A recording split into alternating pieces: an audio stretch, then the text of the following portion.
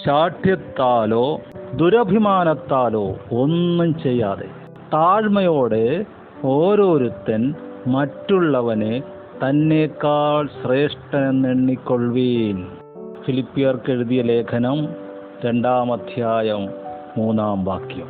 വളരെ കുഴപ്പം പിടിച്ചൊരു വചനമാണ്. എല്ലാവരെയും നമ്മളങ്ങനെ ശ്രേഷ്ഠനായിട്ട് എണ്ണാൻ പറ്റുമോ? ഒരു മാനേജർക്ക് കീഴെയുള്ള ഉദ്യോഗസ്ഥനെ വാഴേണ്ട സാഹചര്യം വരത്തില്ലേ? ഒരു അധ്യാപകന് വിദ്യാർത്ഥിയെ ഭരിക്കേണ്ട സാഹചര്യം വരത്തില്ലേ? ഓരോ സ്ഥലങ്ങളിൽ നമ്മൾ അധികാരം പ്രയോഗിക്കേണ്ട മണ്ഡലങ്ങളില്ലേ? അപ്പോൾ എങ്ങനെ തിരിച്ചറിയും ഏത് വേണം ഏത് വേണ്ട എന്ന്? പരിശുദ്ധാത്മാവ് അവിടെ എഴുതിയിട്ടുണ്ട്. നിങ്ങളൊരു സൂപ്പർ മാർക്കറ്റിൽ ചെന്നു, ആ കൗണ്ടറിലിരിക്കുന്ന ആളുടെ പെരുമാറ്റം നിങ്ങളുടെ അകത്തൊരു ശാഠ്യമുണ്ടാക്കിയെങ്കിൽ, നിങ്ങളൊരു വണ്ടി പാർക്ക് ചെയ്യാൻ ഒരു പാർക്കിംഗ് പ്ലേസിൽ ചെന്നപ്പോൾ സെക്യൂരിറ്റിയുടെ പെരുമാറ്റം, അല്ലെങ്കിൽ നിങ്ങളൊരു ഓഫീസിൽ ചെന്നപ്പോൾ അവിടുത്തെ മാനേജറുടെ ബിഹേവിയർ ഒരു ദുരഭിമാനം നിങ്ങളുടെ അകത്തുണ്ടാക്കിയെങ്കിൽ ഓർത്തോണം, അവിടെ നിങ്ങൾ താഴേണ്ടതാണ്. അത് പരിശുദ്ധാത്മാവ് തരുന്ന ഗൈഡൻസ് ആണ്. വെളിച്ചം ഇരുട്ടിൽ പ്രകാശിക്കുന്നു. രാത്രിയും പകലും ദൈവം ഉണ്ടാക്കിയിരിക്കുന്നു. നന്മയും തിന്മയും ദൈവം ഉണ്ടാക്കിയിരിക്കുന്നു. അനർത്ഥ ദിവസത്തിനായി ദുഷ്ടനെയും കൂടെ ദൈവം ഉണ്ടാക്കിയിരിക്കുന്നു. അപ്പോൾ ഒരു വിശ്വാസിക്കുള്ള അടയാളമാണത്. നമ്മുടെ അകത്തൊരു ശാഠ്യം ഒളിഞ്ഞിരിപ്പുണ്ടെങ്കിൽ ഭാവിയിൽ അത് ദോഷം ചെയ്യും. ഒരു ദുരഭിമാനമുണ്ടെങ്കിൽ പരിശുദ്ധാത്മാവിന് നമ്മളെ ഉപയോഗിക്കാൻ ലിമിറ്റ് വരുന്നു. അതടയ്ക്കാൻ ഇങ്ങനെയുള്ള സാഹചര്യങ്ങൾ ഇട്ടുതരും. അവിടെ നമ്മളെക്കാൾ ശ്രേഷ്ഠരാണ് അവരെന്ന് എണ്ണിക്കൊള്ളുവിനെന്ന് പറഞ്ഞാൽ താഴ്മയോടെ ബിഹേവ് ചെയ്യുക, അവർ പറയുന്നത് കേൾക്കുക, അനുസരിക്കുക. ഇതൊന്ന് മനസ്സിലാക്കിയാൽ തന്നെ പരിശുദ്ധാത്മാവ് താഴ്മപ്പെടാനുള്ള ബലം തരും. ഗോത്രപിതാവായ അബ്രഹാം, ധനികനായ അബ്രഹാം, ആ ദേശത്തിലെ ദേശക്കാർ തന്നെ ദൈവത്തിൻ്റെ പ്രഭു എന്ന് വിളിക്കുന്ന അബ്രഹാം 3 അപരിചിതരെ കണ്ടിട്ട് ഓടിച്ചെന്നിട്ട് അവരുടെ കാൽക്കൽ വീഴേണ്ട കാര്യമുണ്ടോ? അത് ദൈവദൂതന്മാരാണെന്നൊന്നും അദ്ദേഹത്തിന് അറിയില്ല. അവരുടെ മുഖത്ത് പ്രത്യേക തേജസ്സൊന്നുമില്ല. അവരുടെ വേഷവിധാനത്തിലും പ്രത്യേകതകളില്ല. പിന്നെയോ, അവർ എൻ്റെ വീടിൻ്റെ വാതിൽ കടന്ന് വരുന്നത് യാത്രക്കാരാണ്. ഈ മരുഭൂമി യാത്രയിൽ എന്നിൽ നിന്ന് എന്തെങ്കിലും നന്മ പ്രതീക്ഷിച്ചാണ് വരുന്നതെന്നറിഞ്ഞിട്ടും അങ്ങോട്ട് കൊടുക്കുന്നവൻ കുമ്പിട്ട് വീണ് സൽക്കരിച്ചു. ഒരു ഭൃത്യനെ പോലെ അവരുടെ അടുക്കൽ ശുശ്രൂഷിച്ച് നിന്നു.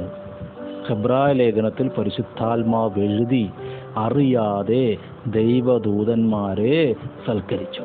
പേടിക്കണ്ട, ഒരു വിശ്വാസിയെടുക്കെ ദൈവം അറിയാതെ ഒന്നും വരികയില്ല.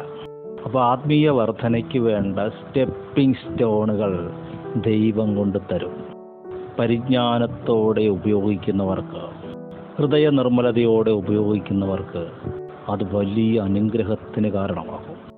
ദൈവദൂതന്മാരെ ഊട്ടാൻ, സൽക്കരിക്കാൻ, ഭക്ഷണം കൊടുക്കാനൊരു ഭാഗ്യം ഒരു മനുഷ്യന് ദൈവം കൊടുത്തു. അവർ സുഭിക്ഷമായ ആ വീട്ടിൽ നിന്ന് ഭക്ഷണം കഴിച്ചിട്ട് പോയി. അതിനേക്കാൾ വലിയ സന്തോഷം എന്തുണ്ട്? ഭാഗ്യം എന്തുണ്ട്? ഇവിടെ പറയുന്നു, നമ്മൾ മറ്റുള്ളവരെ അധികമായി ബഹുമാനിക്കണം, വാല്യൂ ചെയ്യണം. ഇസഹാക്കിൻ്റെ ഭാര്യയാകേണ്ടവൾ, ക്രിസ്തുവിൻ്റെ നിഴലായ ഇസഹാക്കിൻ്റെ ഭാര്യയാകേണ്ടവൾ എങ്ങനെയുള്ളവളായിരിക്കണം? എലയാസർ എഴുതി വെച്ചു, ഇവിടെ വെള്ളം കോരാൻ വരുന്ന കന്യകമാരിൽ ഒരാളോട് ഞാൻ പറയും, എനിക്ക് കുടിക്കാൻ വെള്ളം തരിക, എനിക്ക് കുടിക്കാൻ വെള്ളം തരിക എന്ന് ഞാൻ പറയുമ്പോൾ, യജമാനെ ഞാൻ തരാം, നിന്റെ ഒട്ടകങ്ങൾക്ക് ഞാൻ കോരിക്കൊടുക്കാമെന്ന് പറയുന്നവളാണ് ഇസഹാക്കിന് നിയമിച്ച, സ്വർഗം നിയമിച്ച കന്യക എന്ന് ഞാൻ മനസ്സിലാക്കും. ശ്രദ്ധിച്ചോ, ഒട്ടകത്തെ മാനിക്കേണ്ട കാര്യമുണ്ടോ? ഒട്ടകത്തെ വിലമതിക്കേണ്ട കാര്യമുണ്ടോ? പോലീസ് ഉദ്യോഗസ്ഥനെ ബഹുമാനിക്കാൻ എല്ലാവർക്കും കഴിയും. ഒരു SP ആണെങ്കിൽ പ്രത്യേകിച്ച്. ഡിസ്ട്രിക്ട് കളക്ടർ ആണെങ്കിലോ ഓഫീസിലോട്ട് നമ്മൾ ഡോറിൽ നോക്ക് ചെയ്തിട്ടേ കയറത്തുള്ളൂ. അതേ ബഹുമാനം ആ ഓഫീസിലെ പ്യൂണിനോട് കാണിക്കാൻ നമുക്ക് മനസ്സുണ്ടാവില്ല. കാര്യം സാധിക്കാൻ വേണ്ടി നമ്മൾ ചില റെസ്പെക്റ്റൊക്കെ കാണിച്ചാൽ ഉള്ളിലുണ്ടാവില്ല. അങ്ങനെ ഇല്ലെങ്കിൽ നഷ്ടപ്പെടുന്ന എന്താണ്? നഷ്ടപ്പെടുന്ന ഡിവൈൻ ഓർഡറിൽ നമ്മളൊരു പെശകായി മാറി നിൽക്കുകയാണ്. സ്വർഗം വച്ചിരിക്കുന്ന അധികാരങ്ങളെ മറുതലിക്കുന്നവനായി നമ്മൾ മാറുകയാണ്. സകല മാനുഷാധികാരങ്ങളും ദൈവത്താൽ നിയമിതമാണ്. അത് ദുഷ്ടനായിക്കൊള്ളട്ടെ, അഴിമതിക്കാരനായിക്കൊള്ളട്ടെ, ആരുമായിക്കൊള്ളട്ടെ. ദൈവത്താൽ നിയമിതമാണ്. അവിടെ ക്രിസ്തുവിൻ്റെ ഒരു റെക്കമെൻഡ്, ദൈവത്തിൻ്റെ ഒരു കരുതൽ, പരിശുദ്ധാത്മാവിൻ്റെ ഒരിടനില കൂട്ടായ്മ നിങ്ങൾക്ക് കിട്ടണമെങ്കിൽ, എനിക്ക് കിട്ടണമെങ്കിൽ നാം നമ്മെ തന്നെ താഴ്ത്തണം. എളിയവനെ ആദരിക്കുന്നവൻ ഭാഗ്യവാൻ. കഷ്ട ദിവസത്തിൽ യഹോവ അവനെ താങ്ങും. എളിയവനെ അവൻ ആദരിച്ചു, റെസ്പെക്ട് ചെയ്തു. അതുകൊണ്ട് ദീനത്തിൽ അവൻ്റെ കിടക്ക മാറ്റിവരിക്കുന്നത് ദൈവമാണ്. ഭയങ്കരമല്ലേ അത്? അത്ഭുതകരമായ ഒരു ജീവിതത്തിലേക്കാണ് സ്വർഗം നമ്മളെ വിളിച്ചിരിക്കുന്നത്. പ്രയാസമുള്ള കാര്യമാണോ? ഒരിക്കലുമല്ല. എന്തുകൊണ്ട്? നമുക്ക് മുമ്പേ നടന്ന നമ്മുടെ ചേട്ടൻ, നമ്മുടെ മൂത്ത സഹോദരൻ, അവൻ പറഞ്ഞു, എൻ്റെ ആ കാൽപ്പാടിൽ കാല് വെച്ച് നടന്നാൽ മതി, പ്രശ്നമില്ല. പുതിയൊരു വഴിയൊന്നുമല്ല. വഴി ഞാനാണ്, സത്യം ഞാനാണ്, ജീവൻ ഞാനാണ്. നിങ്ങൾ നടക്കേണ്ട വഴി ഞാനാണ്, നിങ്ങൾ നടക്കാനുള്ള എനർജി ഞാനാണ്, നിങ്ങളെത്തേണ്ട ഡെസ്റ്റിനേഷൻ ഞാനാണ്. ഇനി സഭാജീവിതത്തിലേക്ക് വരാം.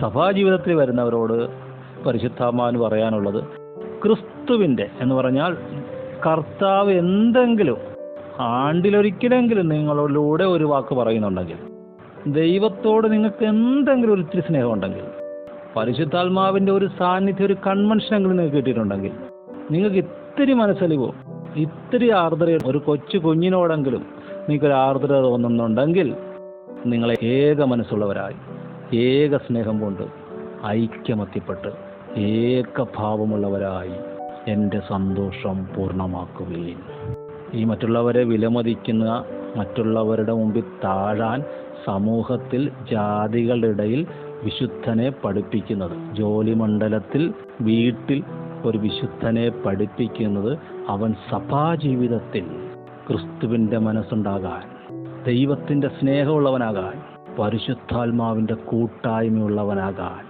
ത്രിയേക ദൈവത്തിന് അവൻ്റെ ഉള്ളിൽ വാസമാകാൻ തക്കവണ്ണം മന്ദിരമാകേണ്ടതിന് അവനെ പണിയാനാണ്.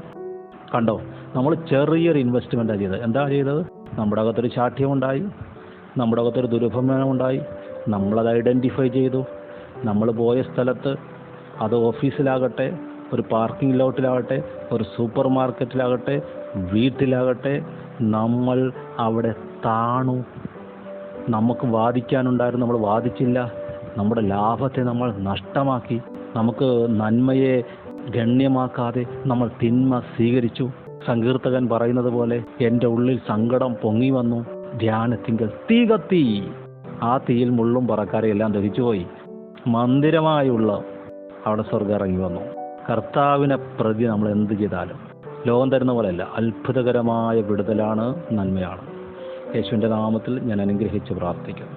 കർത്താവ് കൃപ നൽകട്ടെ. പരിശുദ്ധാത്മാവിൽ ജയാളികളായി, താഴ്മയുള്ളവരായി, എന്നാൽ കർത്താവിനെ വഹിക്കുന്നവരായി, ത്രിയേക ദൈവത്തെ പ്രതിഫലിപ്പിക്കുന്നവരായി മുന്നേറുവാൻ കൃപ നൽകട്ടെ. ആമേൻ.